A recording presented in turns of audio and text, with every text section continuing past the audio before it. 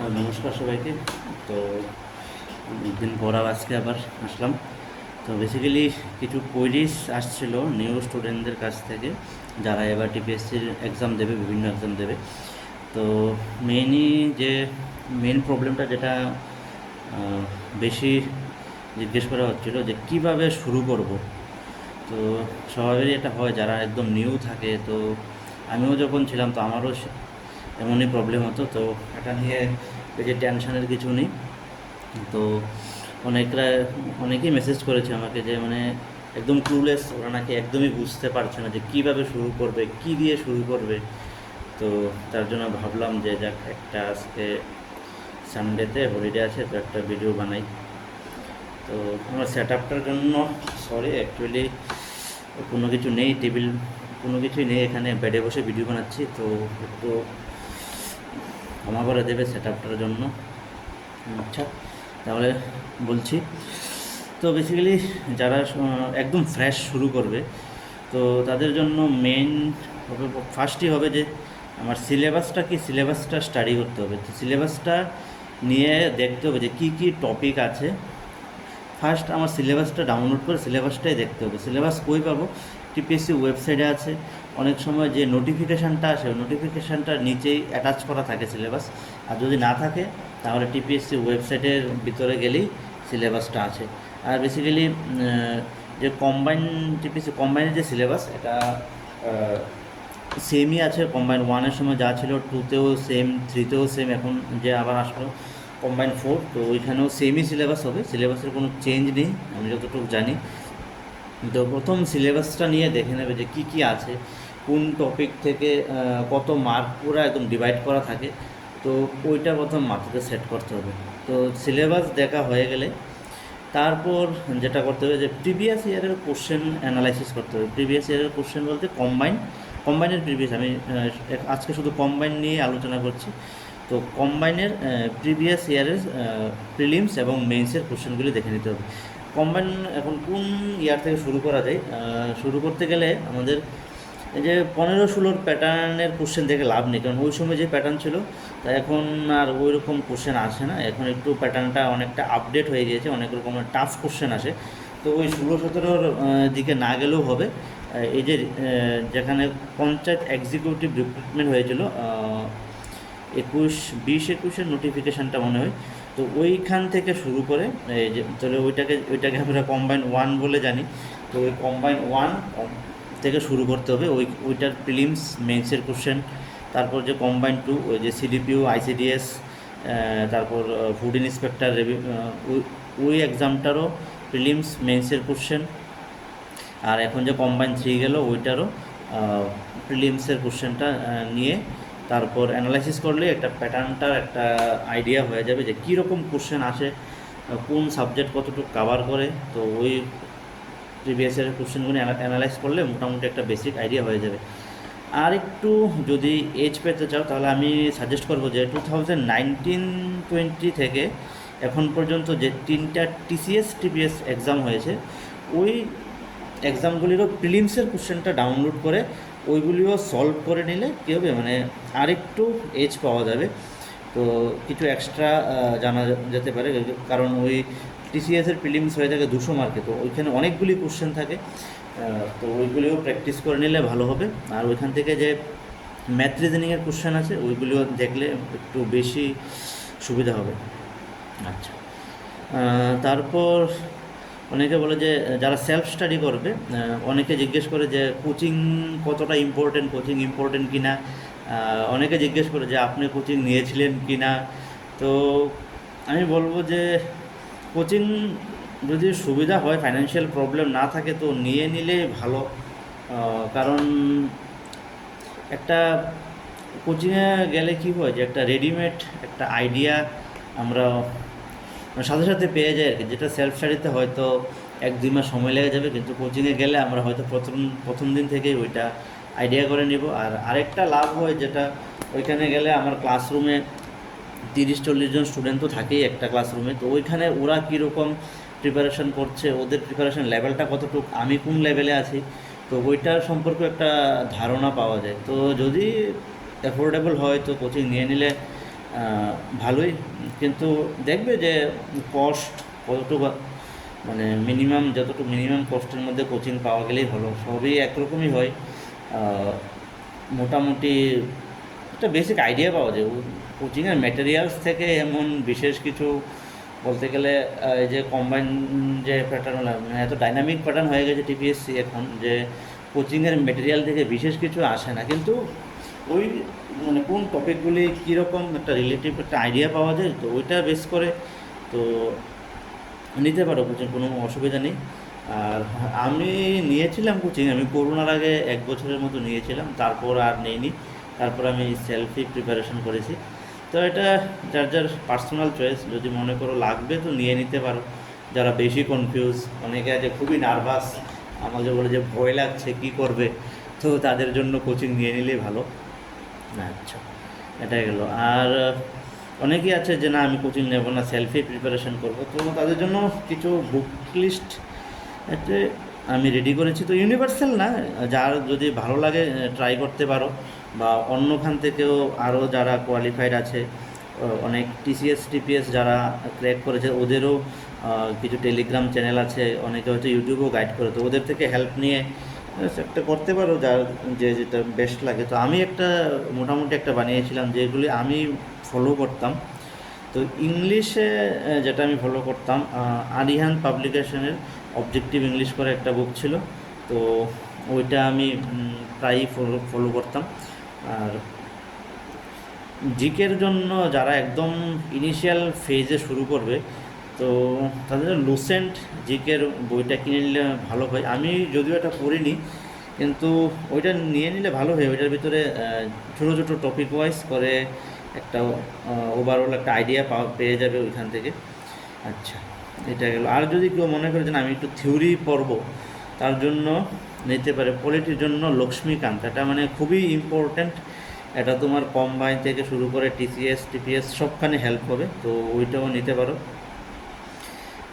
দেন modern হিস্টোরির জন্য spectrum একটা বুক আছে, এরকম ছোট বই, এরকম মোটা থাকে কিন্তু বুকটা সাইজ একদম ছোট থাকে, তো ওইটাও নিতে পারো।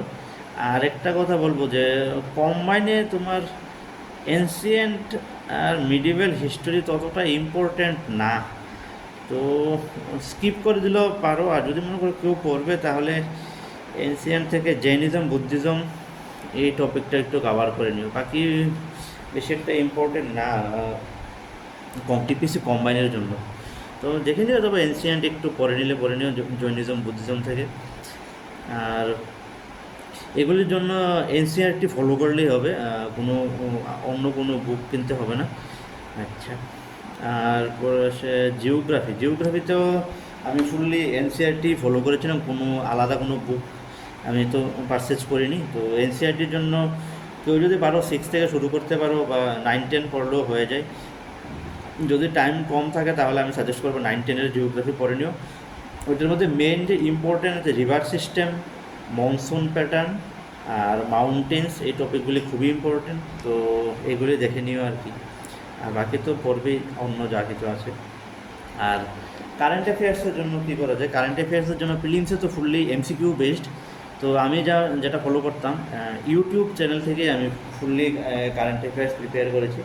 তো এখানে ইন্ডোলোগাস করে একটা চ্যানেল আছে, তো ওইটা ফলো করতে পারো। আমি ওইটা ফলো করতাম, ওইখানে কোনো রকমের, আমি যখন ফলো করতাম তখন তো এরকম ছিল না, এখন জানি না, এখন আমার বেশি এটা ফলো করা হয় না।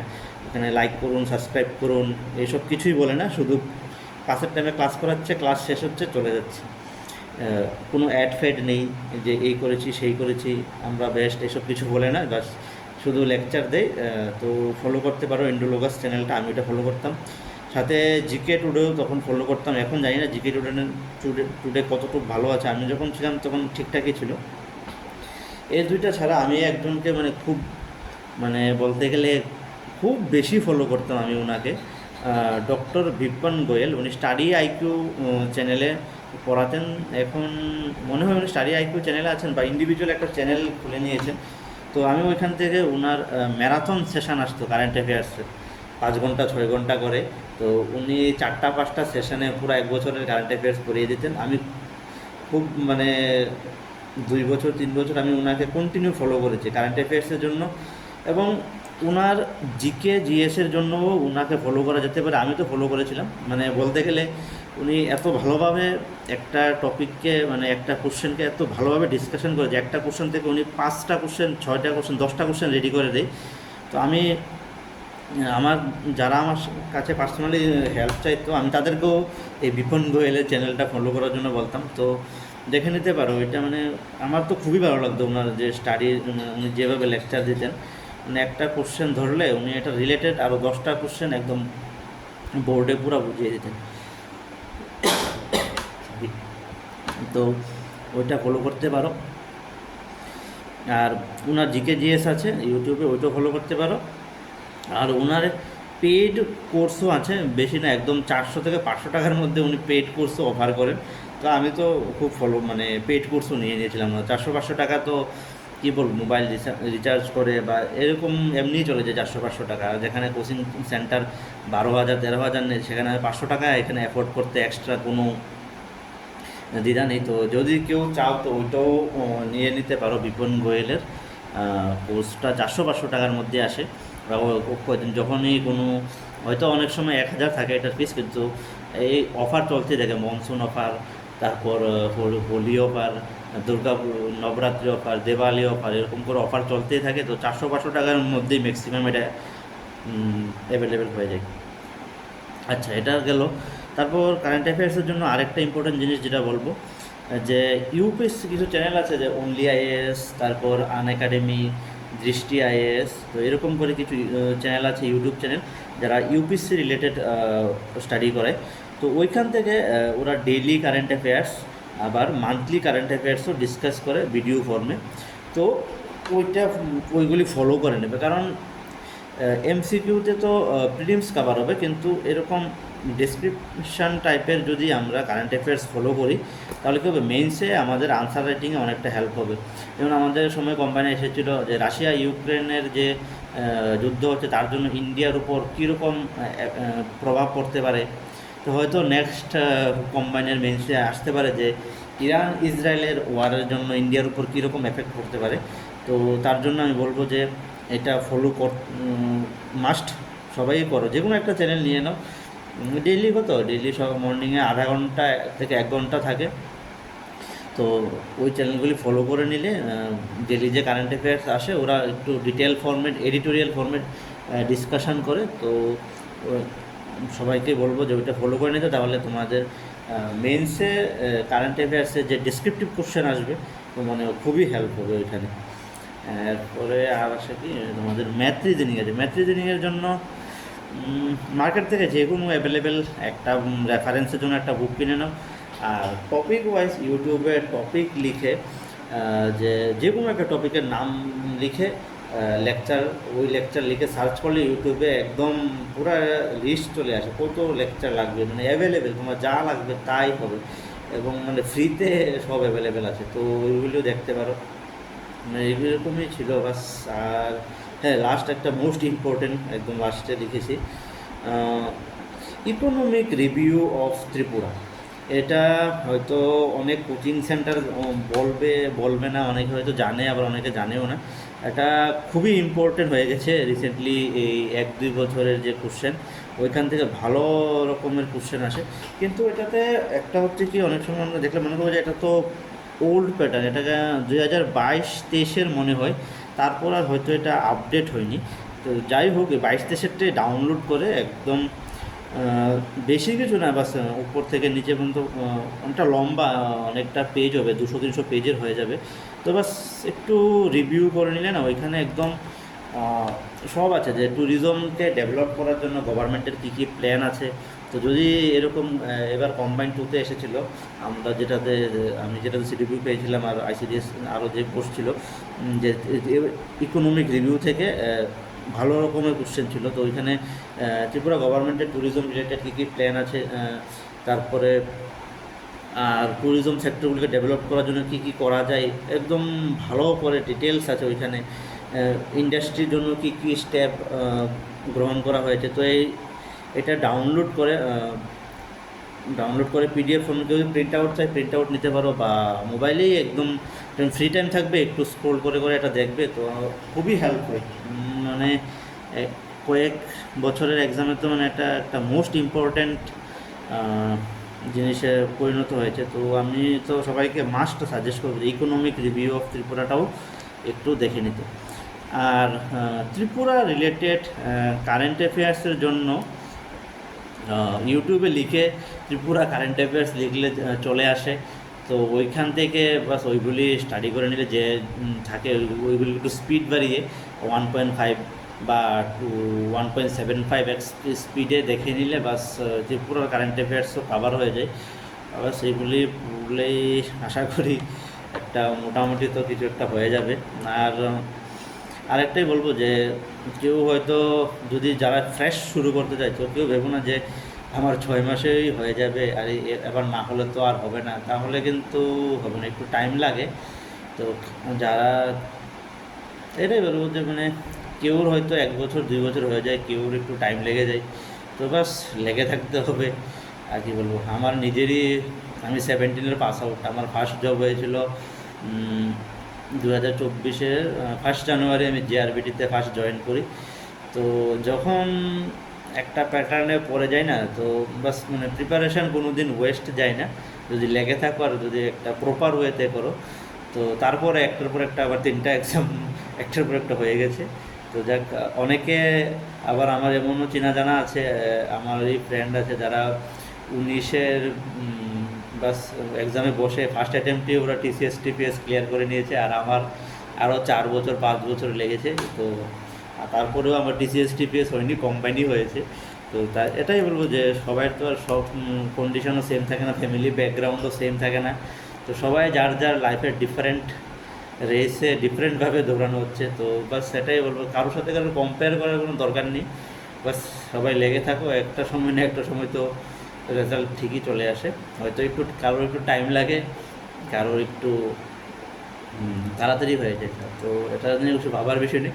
আর বেশি টাইম লাগলে ভালো, ওটাতে মানে টাইমের পর যে সাকসেসটা আছে না, ওটাকে খুব মানে এনজয় করতে খুব বেশি মজা লাগে। তো ব্যাস এটাই বলবো, অনেক লম্বা ভিডিও হয়ে গেছে।